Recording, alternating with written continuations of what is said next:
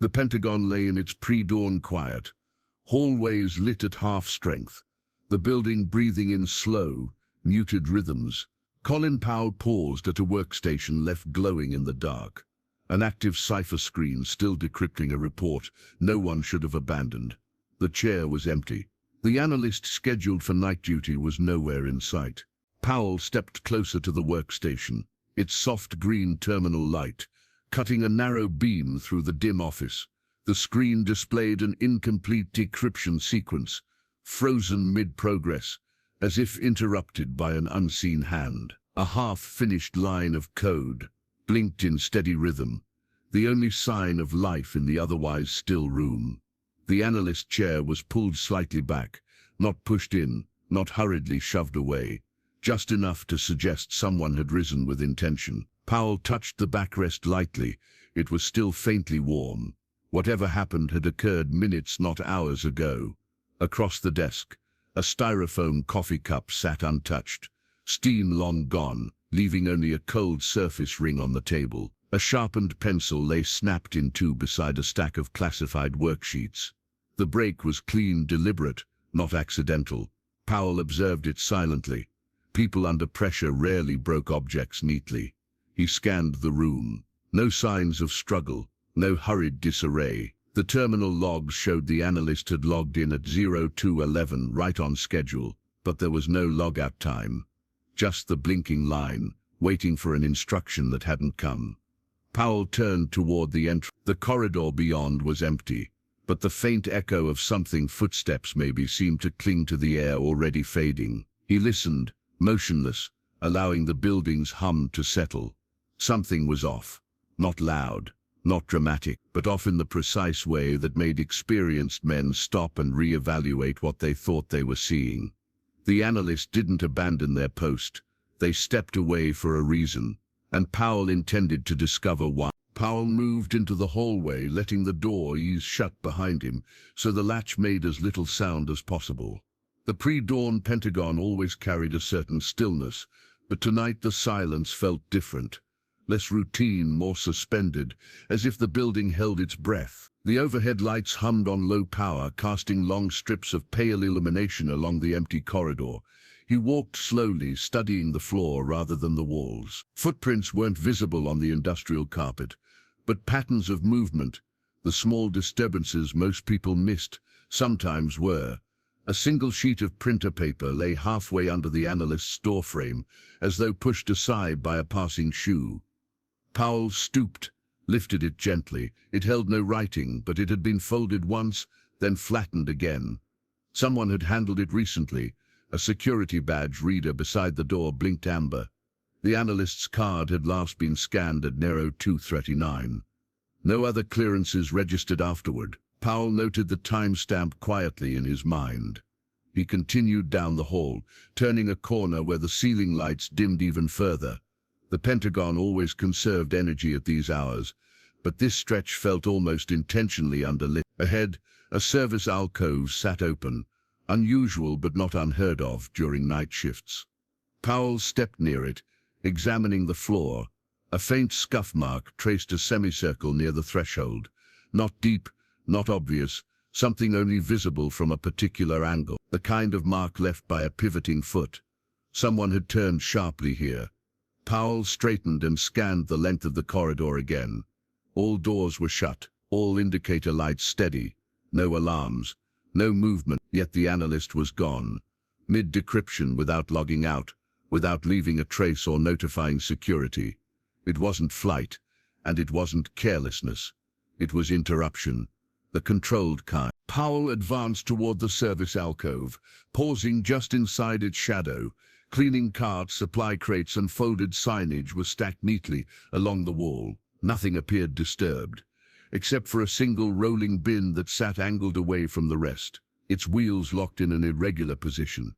He crouched briefly, brushing his thumb along the metal frame. A faint smear of something, dust maybe, or residue, interrupted the otherwise clean surface, as if someone had steadied themselves against it. He stood and surveyed the space with a slow, practiced sweep. The Pentagon at night offered few places to hide, yet many places to pass through unnoticed. The alcove opened into a narrow side corridor, used mostly by maintenance teams. Its lights were dimmer still, veering into near silence. Powell stepped inside. Halfway down the corridor, he stopped. Something was wrong with the air. Nothing dramatic, just a subtle shift in temperature. A whisper of movement that didn't match the building's normal rhythm. He placed a hand lightly against the wall. The surface felt cool, undisturbed, but faintly carried through the ventilation came a scent he recognized, the metallic trace of an elevator, having just moved. Powell turned back toward the main hall. If the Analyst had been taken, or left willingly, they wouldn't have gone far. Not at this hour, not while mid-task on a classified decryption. He re-entered the Analyst's room and took a longer look at the workstation. The decryption program displayed a queue of files, standard procedure, yet the one currently processing was different. Its metadata tag lacked a routing origin, no department marker, no supervisor signature, a file with no lineage. Powell's jaw tightened slightly, though his expression remained composed. Files didn't appear in secured queues without leaving a paper trail, unless someone wanted them to arrive quietly. He leaned closer, tapping the spacebar to reveal the hidden sequence the Analyst had been decoding.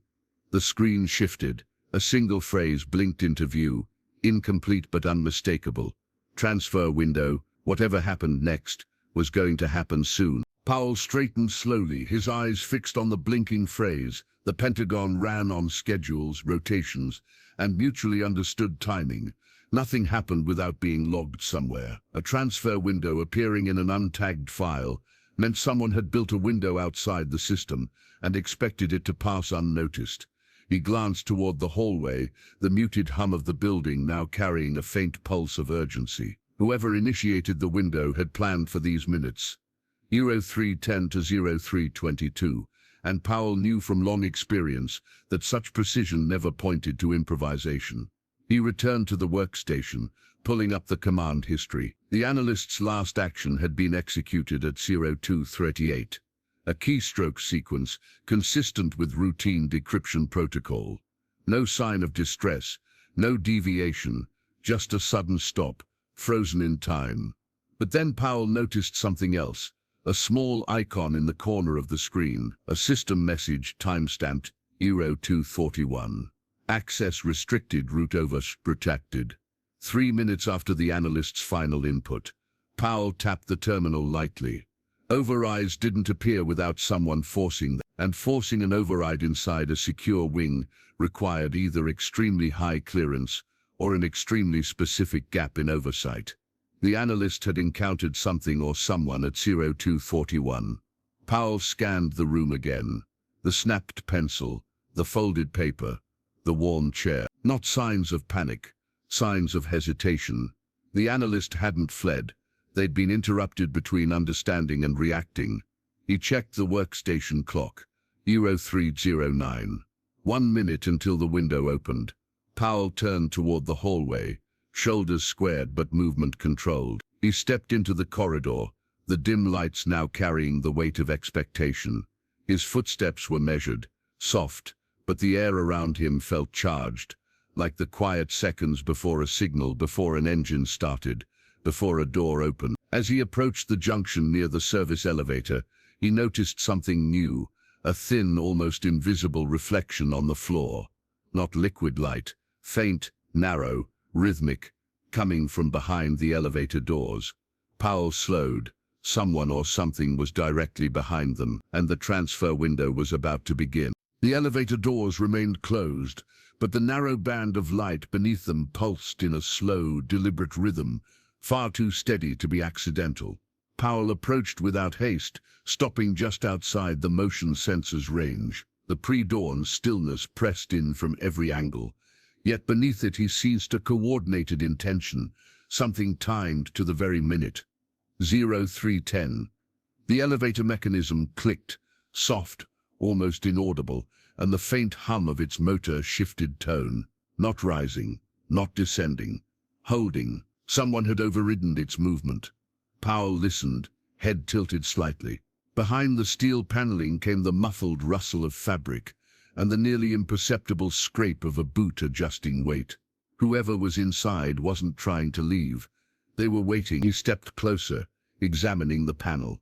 No forced entry, no malfunction indicators, only a small green diagnostic light glowing in a pattern reserved for manual control modes, something accessible only to maintenance staff or high-clearance personnel. The analyst could not have activated it. Someone else had taken command. Powell touched the call button, not to summon the elevator. He knew it wouldn't respond, but to test the system's reaction.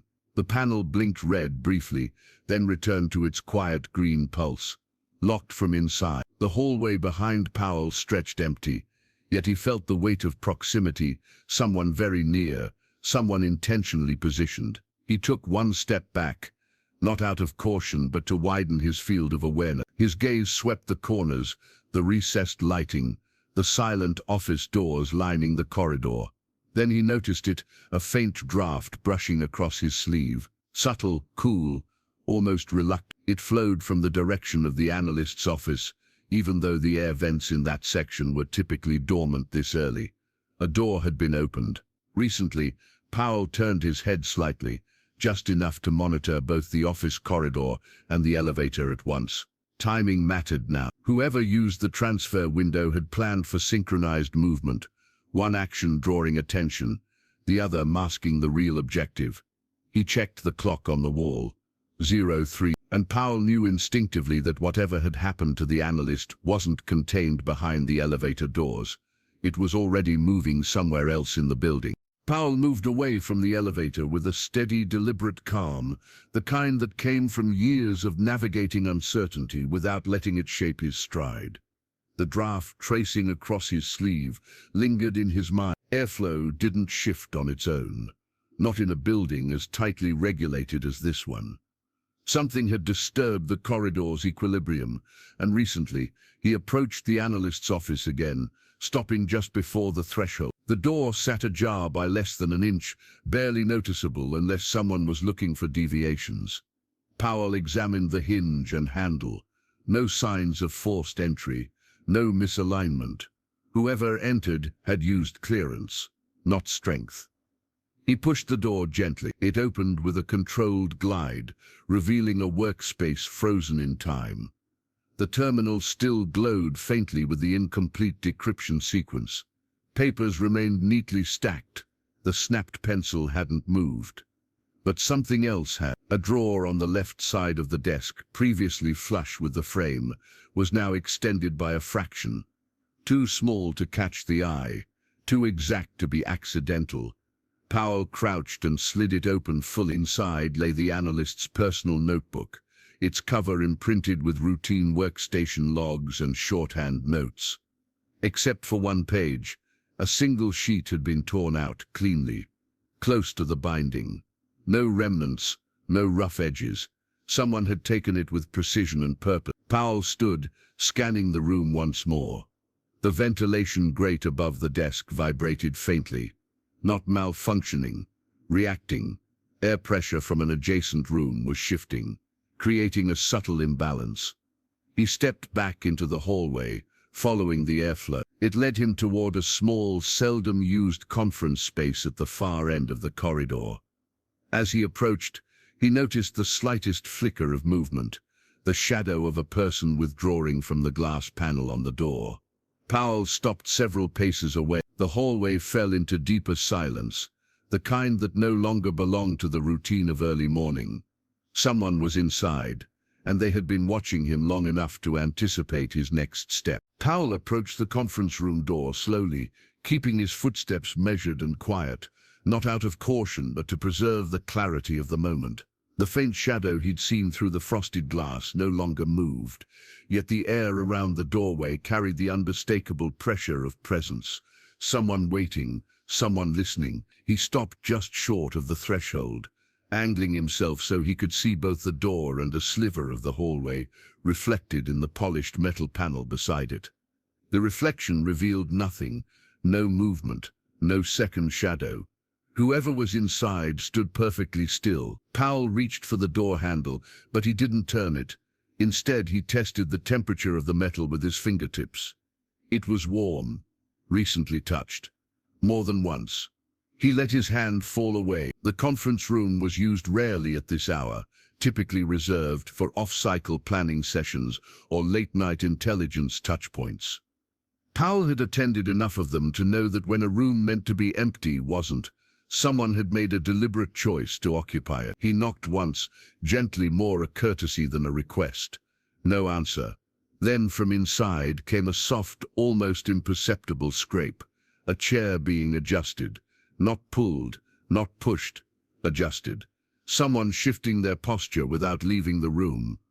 Powell opened the door. The lights were off, but the ambient glow from the hallway spilled across the interior. A single chair sat at the end of the table, turned slightly, not facing the door, not facing away, positioned instead toward the room's side wall. Intention, the kind of angle chosen by someone who wanted sightlines, not comfort. Near the chair on the table lay the torn notebook page. Blank, clean, untouched. But Powell knew blank pages were never truly empty.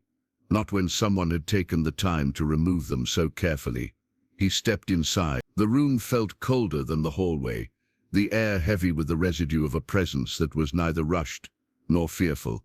Someone had waited here, knew the timing, knew the pattern, knew Powell's movements. As he approached the chair, he caught sight of something else, a subtle impression on the carpet, light, narrow, recent. A single footprint, angled toward the secondary exit at the back of the room. Whoever had been inside was no longer here, but they had left just seconds ago, and they wanted Powell to know it. Powell followed the faint footprint with the calm precision of someone accustomed to reading traces more than words. The secondary exit door, rarely used, known mostly to staff who worked irregular hours, stood closed, but not fully latched. A thin sliver of darkness lined its edge, broken only by the faintest draft seeping through. He placed his palm against the surface. Warm. Whoever had passed through hadn't gone far. He pushed the door open slowly. Beyond it stretched a narrow access corridor, windowless, with overhead lights spaced far apart. It was a passage for maintenance crews and quiet transfers, a space where sound died quickly, swallowed by concrete and insulation. Powell stepped inside, his footsteps muted to a whisper. Halfway down the hall, he stopped. On the floor lay a small plastic strip, part of an ID badge clip. It had snapped cleanly, the metal clasp still attached. Powell knelt, examining it with steady eyes. It wasn't the Analyst's. The Analyst used a fabric lanyard. This clip belonged to someone else. Someone who either removed it deliberately or lost it during a hurried transition. He continued forward, approaching a point where the corridor forked into two routes, one leading toward a secured storage area, the other toward a stairwell rarely used outside of drills. Powell listened, not for movement, but for absence. The building had patterns, humming vents, distant machinery, timed climate cycles. Disruptions revealed more than noise. Tonight, the stairwell side felt too still. He turned toward it. The stairwell door carried no fingerprints, no dust disturbance, just a faint vibration through the metal, the tail-end resonance of movement. Powell pushed it open, stepping onto the concrete landing. The echo of earlier footsteps lingered in the air, not loud, not fresh, but recent enough to trace. He looked upward, scanning the flights. Nothing, then downward. A single stair near the far edge of the first flight bore a partial impression in its dust coating. A heel mark. Small, precise, not the Analyst's. Powell rested his hand on the railing, his thoughts aligning with the clarity of deduction. Someone had led the Analyst away, not violently, not sloppily, with coordination, with timing, with knowledge of which spaces Powell would check and which he wouldn't. 037. The transfer window was more than a time frame.